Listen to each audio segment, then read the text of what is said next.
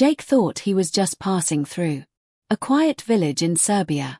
A night or two, maybe some hiking. But from the moment he stepped off the bus, they stared and whispered, "You look like the last one who died here." Was it a joke? A warning? Or something darker? When he saw the photo on the wall, his own face staring back from decades ago, he knew something was very wrong. But by then, it was already too late. Would you keep walking if everyone told you the last guy who looked like you never came back? Jake's boots crunched on the gravel road as the old village bus wheezed away behind him, leaving behind a puff of exhaust and silence.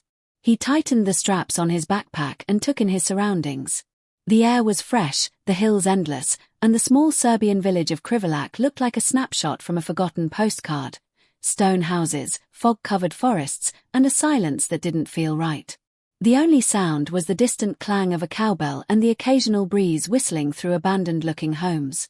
Jake had arrived expecting peace, nature, and a few Instagram-worthy views.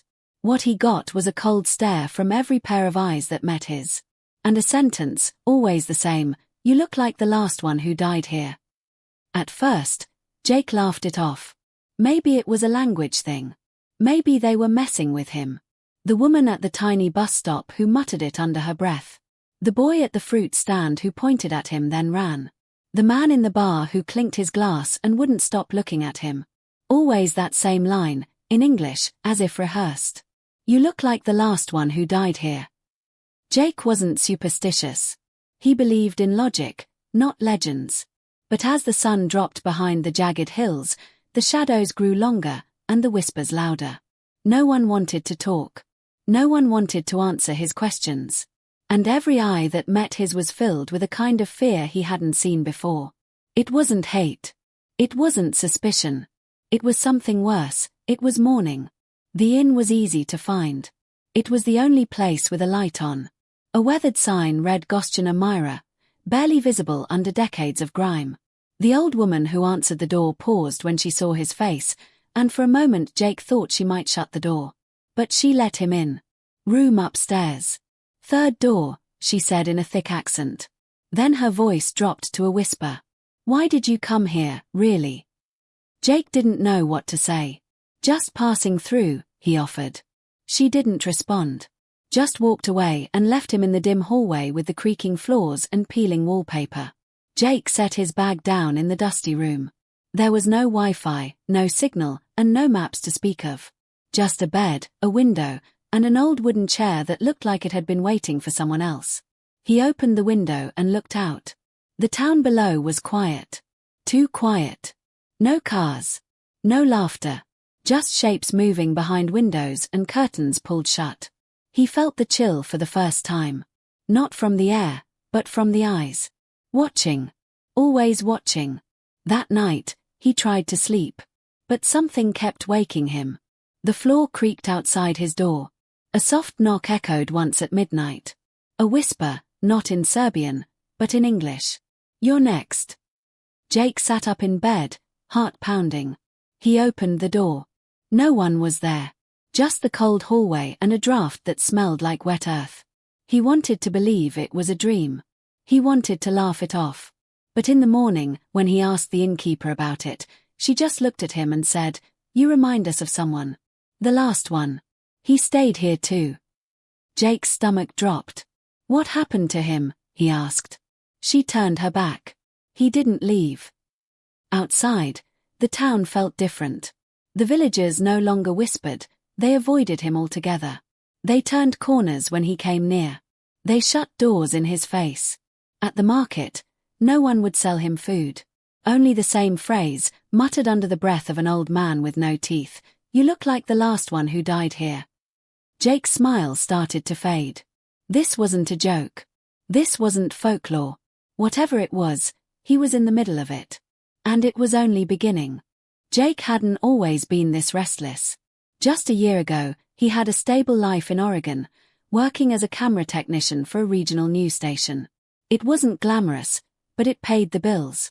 He had a girlfriend named Melissa, a dog named Comet, and the kind of small apartment that always smelled like coffee and dog treats. But under the surface, things had started to unravel. It began with Melissa losing her job, then came the arguments, the silence, and finally the day she packed her bags without saying goodbye. The dog was gone too, taken to her sister's place without warning. Jake came home one evening to an empty couch, a note on the fridge, and a quiet that rang louder than any argument. His world didn't explode, it just drained out like a slow leak. He tried to stay afloat. He went to work, smiled at co-workers, and told himself it was just a rough patch. But nights grew longer, and weekends stretched into hollow spaces. He drank too much. Cancelled plans. Lost touch with friends. Something had cracked inside him, but he didn't know how deep until one night, staring at a screen filled with cheap travel deals, he clicked book on a one-way flight to Europe. No itinerary. No return. Just the hope that maybe, somewhere far from Oregon, far from himself, he could feel real again. Serbia wasn't his first stop. He had wandered through Spain, Italy, even dipped into Romania. But the farther he went, the more he realized he wasn't chasing anything beautiful. He was running from a version of himself that he hated. The one that let love die. The one that didn't fight hard enough. The one that stared at a fridge note like it was a foreign language. That's how he ended up on that dusty bus into the Serbian hills. A village no one had reviewed online. A place not even on his original map. It was suggested by a fellow backpacker in a hostel bar in Belgrade. If you want peace, the guy said, go to Krivolak. But don't stay too long. That place is strange. Jake didn't care. Strange sounded better than empty. Strange at least meant something would happen. Now that he was here, he couldn't shake the feeling that maybe he had made a mistake. There was something about this village that didn't match any place he had seen before. Not just the architecture or the language. It was in the people's eyes. Like they were expecting something. Or mourning something. Or both. When he walked past them, they didn't just look at him. They looked through him. Like he was already gone. And every time someone whispered that same sentence, you look like the last one who died here, a part of him wondered if this was punishment. If somehow, he had brought this on himself. He didn't believe in karma, but guilt had a way of digging its own grave inside you. Jake started writing in a notebook that first night. Nothing fancy. Just thoughts, feelings, strange details. He scribbled about the old woman at the inn, about the knock at midnight, about the words whispered in English. He didn't know why he was writing, but it felt necessary. Like maybe, if something did happen, someone would find it. Or maybe he just needed to hear his own voice again, even if it was on paper. He flipped to the front and wrote in bold, if I disappear, start here. The second night was worse than the first. The whisper came again. Not outside his door this time, but right into his ear. You were chosen. Jake bolted upright, heart pounding, sweat pouring. He grabbed the handle of his door and yanked it open. No one there. Just the hallway, darker than before. The light bulb flickered and popped. He stumbled back, breathing hard, every nerve awake. In the mirror, he looked different. Paler. Eyes more sunken. Or maybe it was just the bad sleep. Maybe it was just the fear. He didn't know anymore. The next morning, he walked down to the inn's dining area. It was empty. Not even the old woman. On the table was a plate of bread and a boiled egg. And next to it, a folded piece of paper. He opened it slowly. One word was written, in neat capital letters, run. He stared at it for minutes, trying to decide if it was a threat or a warning. It didn't matter. Either way, it meant someone else knew. Someone else saw it too. He packed a small bag with essentials. Left most of his things behind. He wasn't ready to leave yet, but he wanted the option. He told himself he was being smart. That he was in control. But deep down, he felt like a mouse being watched by something with sharp teeth. The village didn't want him here. Or worse, it wanted him exactly here, exactly now. Jake wandered the streets trying to find someone who would talk to him.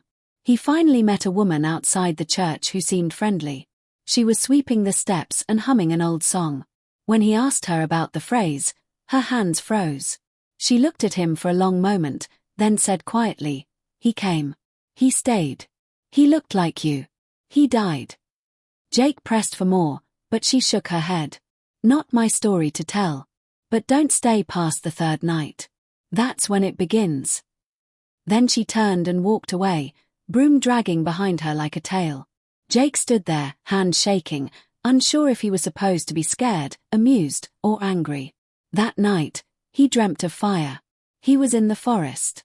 Trees burning. Smoke choking the sky. And someone stood in the flames. A man with his face. Same eyes. Same jaw. But older. Wiser.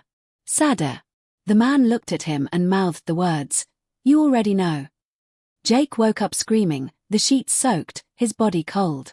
He looked at his notebook. The last page had new writing on it. He didn't remember writing it.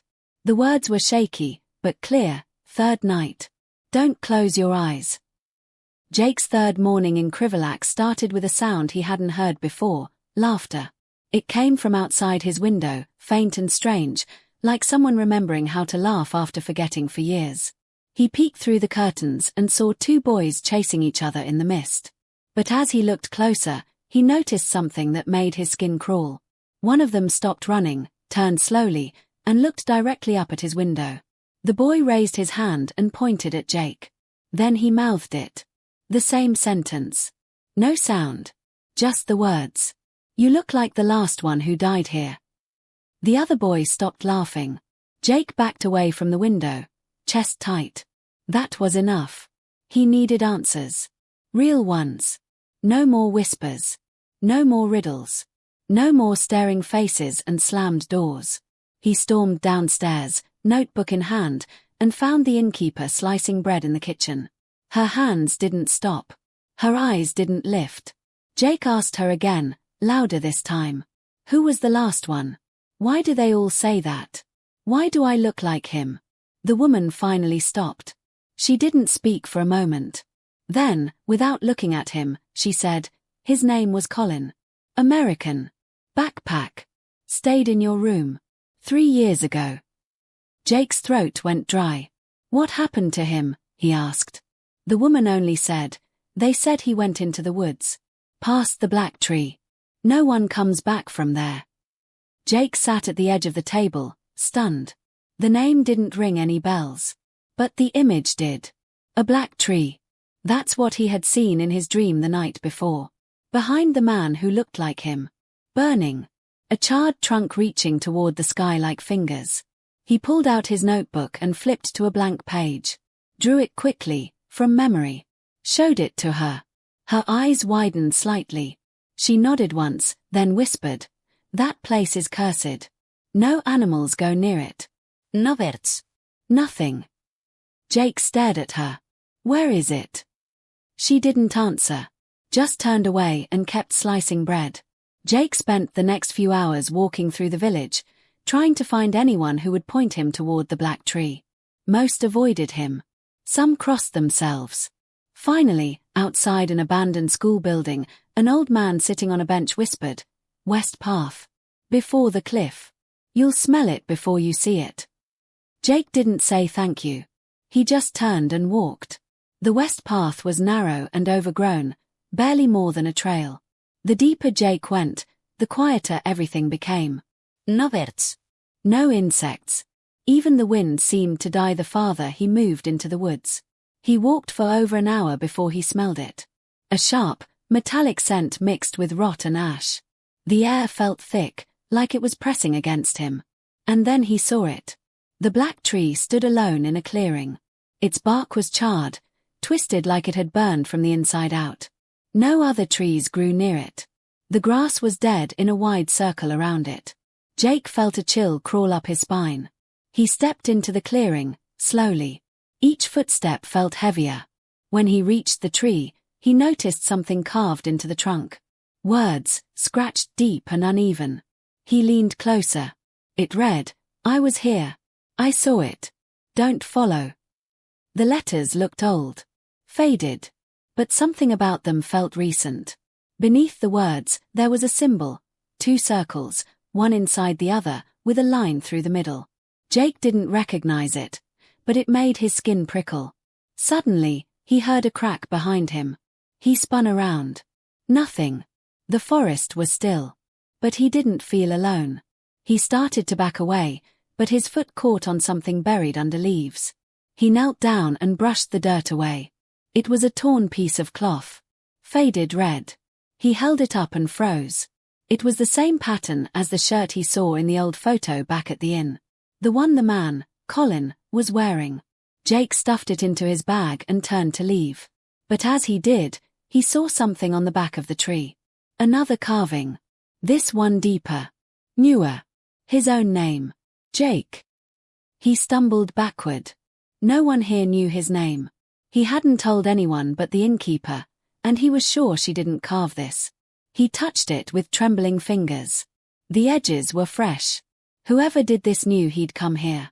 Maybe they wanted him to. That night, he didn't sleep. Every time he closed his eyes, he saw the tree. Not just in dreams, but in flashes. Like it was burned into his mind.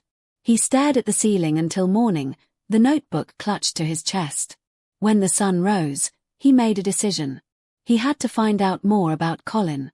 Someone had to remember him. Someone had to have answers. But when he asked around the next day, no one would speak. It was like Colin never existed. Jake went to the village bar and ordered a beer. The bartender served him without a word. On the wall behind the bar were dozens of photos. Locals. Celebrations. Old holidays. Jake scanned them quickly. Then he saw it. In the bottom corner of a group photo, there he was. Colin. Same shirt. Same backpack slung over one shoulder. Same tired eyes. But what stopped Jake cold was the man standing next to him. Smiling. Laughing. It was the bartender. Jake turned around, ready to confront him. But the man was already walking into the back room, door closing softly behind him. Jake followed. Slowly. Jake stood outside the bar's back door, his hand hovering near the knob, his heart beating fast. He wasn't sure what he expected to find behind it. Answers, maybe. Or another lie. But when he pushed it open, the hallway beyond was empty. The bartender was gone. Jake stepped inside.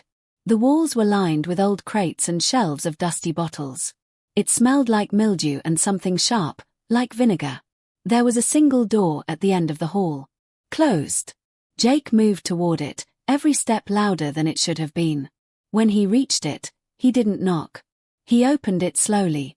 Inside was a small room, barely lit by a hanging bulb. And there, sitting at a table with his back to Jake, was the bartender. He didn't turn around. Just said, "You saw him, didn't you?" Jake froze. "You mean Colin?" The bartender nodded once. "They always see him. The ones who look like him." Jake stepped into the room. What happened to him? The bartender finally turned, his face worn and tired. "He stayed too long. Just like you're doing. You think you're asking questions, but the answers, they ask something from you too." Jake didn't understand. But something about the way the man spoke made him feel like he was already too deep in this. The bartender slid a photograph across the table. "Take this. Don't show anyone. Don't ask me again." Jake picked it up. It was a black and white photo, old and grainy. It showed the black tree, surrounded by people standing in a circle. Hooded. Silent. In the middle of the circle was Colin, kneeling. His face looked scared.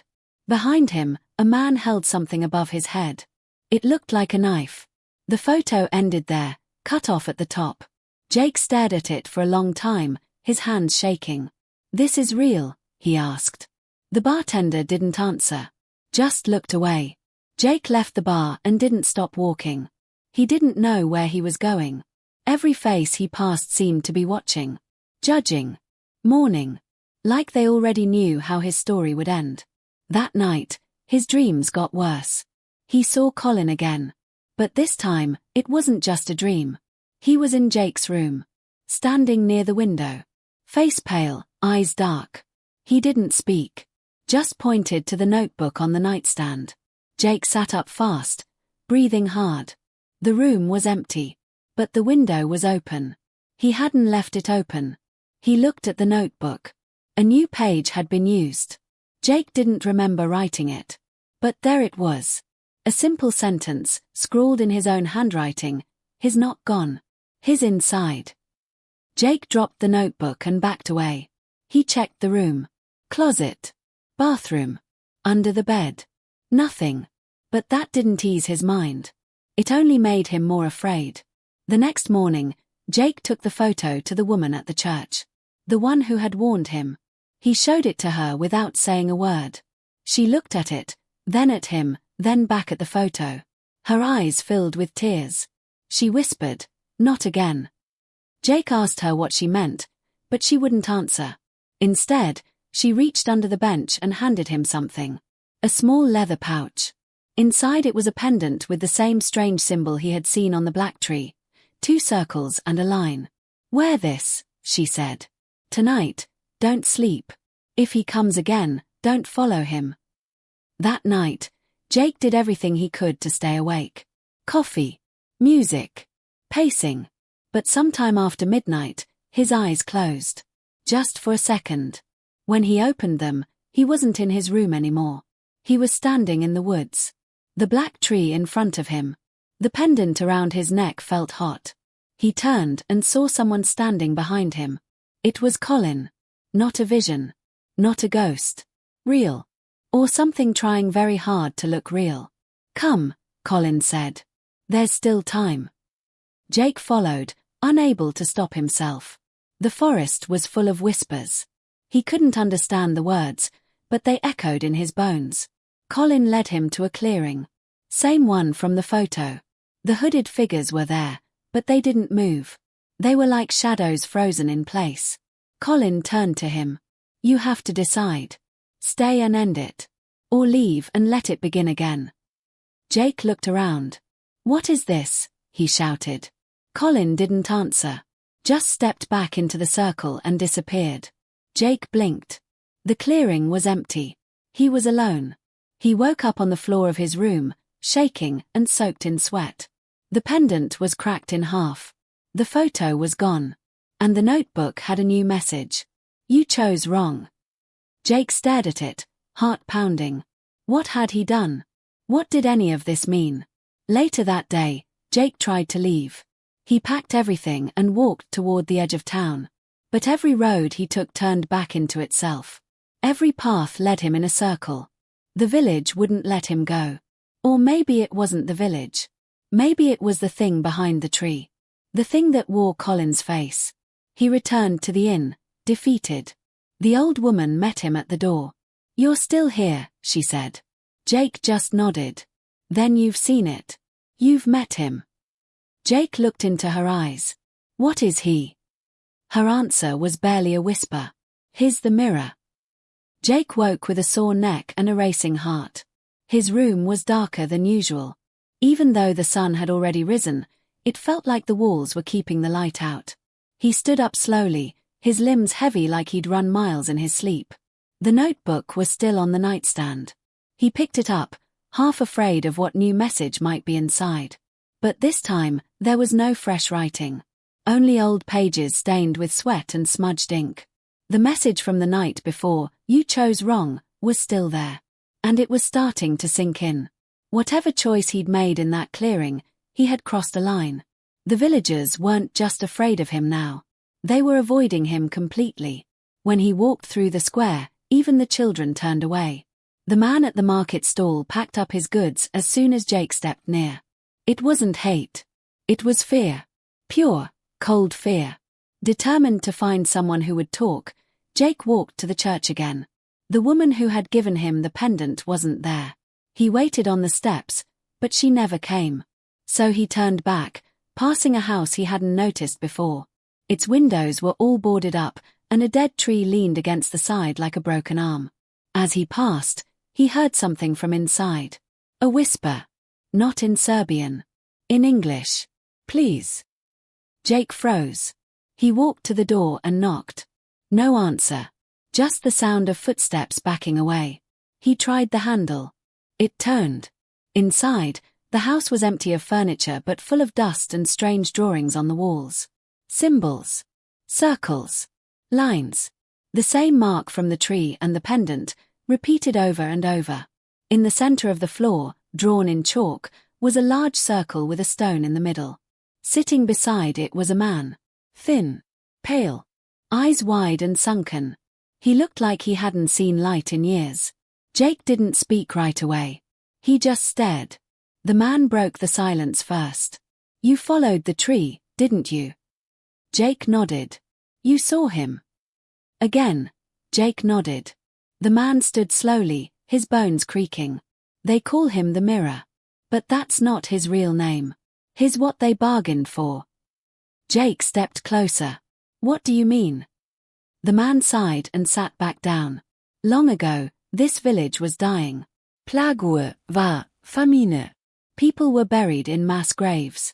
Then someone came. Not a man. Something else. It offered them peace. Safety. But for a price. Every so often, someone must be given. Someone from far away. A stranger who looks like the last." Jake felt his stomach drop. "And if they don't?" The man looked up, eyes sharp. "Then the village suffers. People disappear. Children vanish. Crops fail. They've seen it before. So they never take the chance." Jake backed away. "That's not possible. That's just a story." The man laughed, but it was empty. "Then why do you look like him? Why did you see him?" Jake didn't have an answer. He turned and left, walking quickly, the man's words echoing in his mind.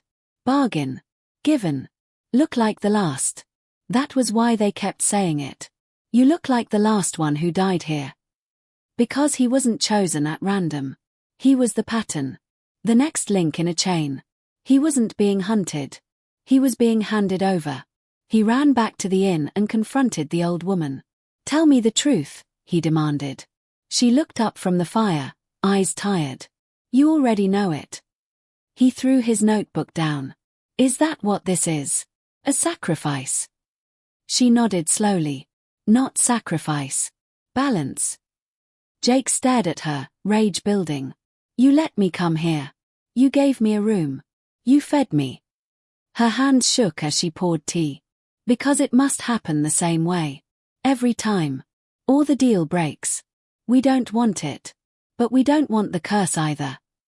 Jake walked out, his thoughts spinning. He went to the bar. The bartender was waiting for him, as if he'd known he'd come.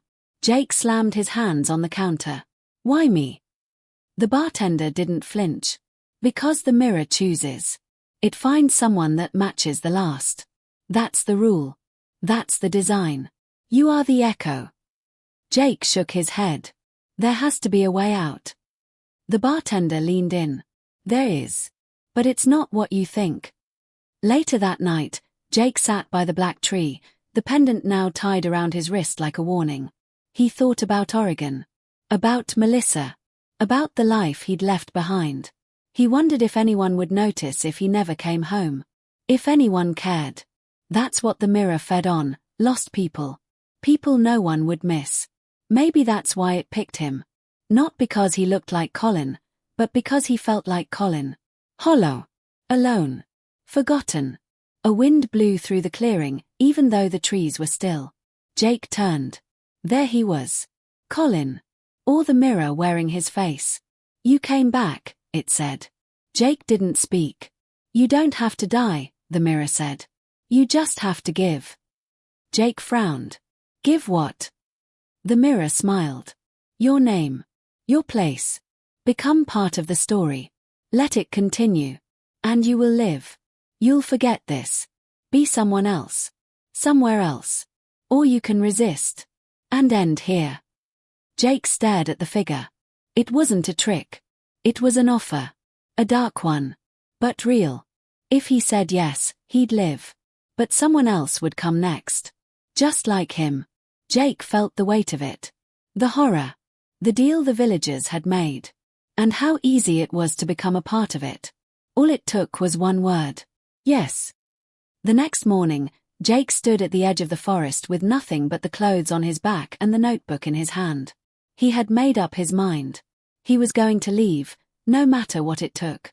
He didn't know if the road would let him through, if the village would stop him, or if the mirror was even done with him, but he couldn't stay. Not another day. Not another night. The deal had been offered. He'd heard the words. Felt the pull. And somehow, somewhere deep down, he had whispered yes. He didn't speak it out loud. But maybe thinking it was enough. Still, he wasn't ready to disappear into the story like the others.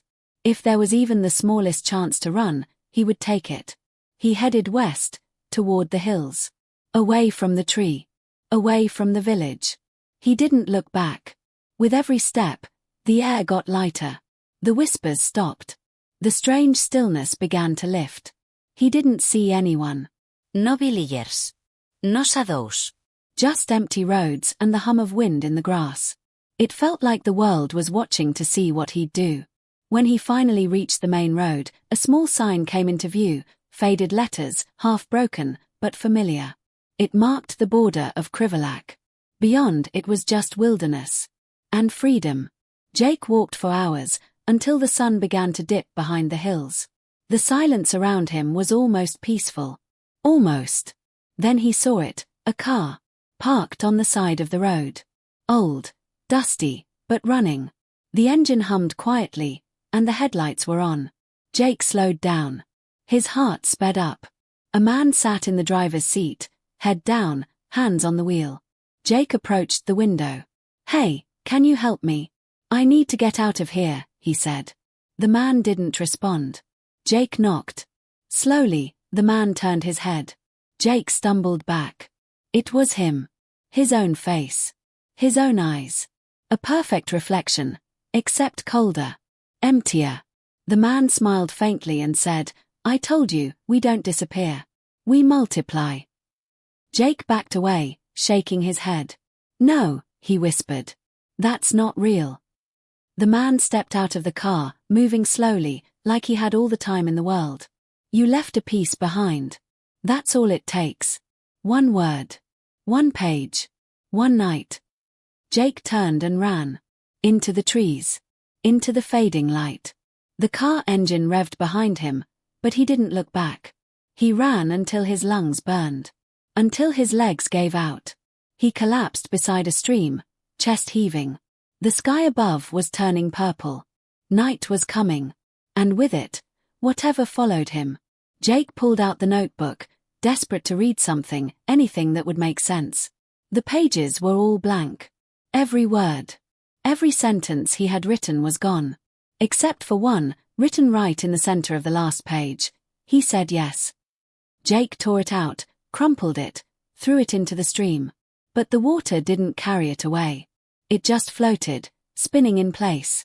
Refusing to leave. Just like him. He spent the night out there, too afraid to sleep. The sounds of the forest were no comfort. They felt staged, like someone had added them after the fact to make him feel less alone. He closed his eyes just once and saw the village again. The people. All standing in a circle. Looking at him. But this time, he was in the middle. The hooded figures raised their arms. One of them pulled back his hood. It was Jake. He woke up screaming. At dawn, a truck came down the road. A local farmer offered him a ride. Jake said nothing during the drive. He didn't mention the village. Didn't mention the mirror. When the man asked where he was heading, Jake just said, "Away." The driver nodded and didn't press him. An hour later, Jake stepped off near train station. He boarded the first one heading west. As the train pulled out, he stared out the window, wondering if it was over. Wondering if the story ended when he walked away, or if it just waited for someone else. When he arrived in Belgrade, he booked a small room and tried to feel normal again. He showered. Changed clothes. Walked through busy streets filled with noise and people. But something was off. People still stared. Not everyone. But enough. One woman passed him on the sidewalk and paused. She whispered, "You look like someone I knew." Jake froze. "Who?" he asked. She shook her head. "He died. A while ago." She walked away without another word. Back in the room, Jake opened a drawer and found a piece of paper already there. He unfolded it with shaking hands. It was blank, at first. But slowly, letters began to appear, like ink rising from water. The same symbol. The two circles and the line. And beneath it, One line, the story goes on. Jake crumpled it, threw it away, and turned on the TV. Anything to drown it out. But inside, he knew. The mirror didn't need a place. It needed a person. And once chosen, you never really leave. That night, he dreamed again. This time, he was at the train station. But he wasn't boarding. He was watching. Another man, backpack slung over one shoulder, walked toward the platform. The same look in his eyes. Lost. Worn down. Alone. Jake tried to call out, but no sound came. The man turned. He had Jake's face. Not now, then. Before the village. Before everything. Before he said yes. Jake woke with tears on his cheeks. He packed his things and left the room without checking out. No destination. Just distance. As he walked past a store window, he saw his reflection. But the man looking back wasn't him. It was the one from the car. The one with the cold eyes. The one who smiled when Jake ran. Jake blinked. The reflection was gone. But the feeling wasn't.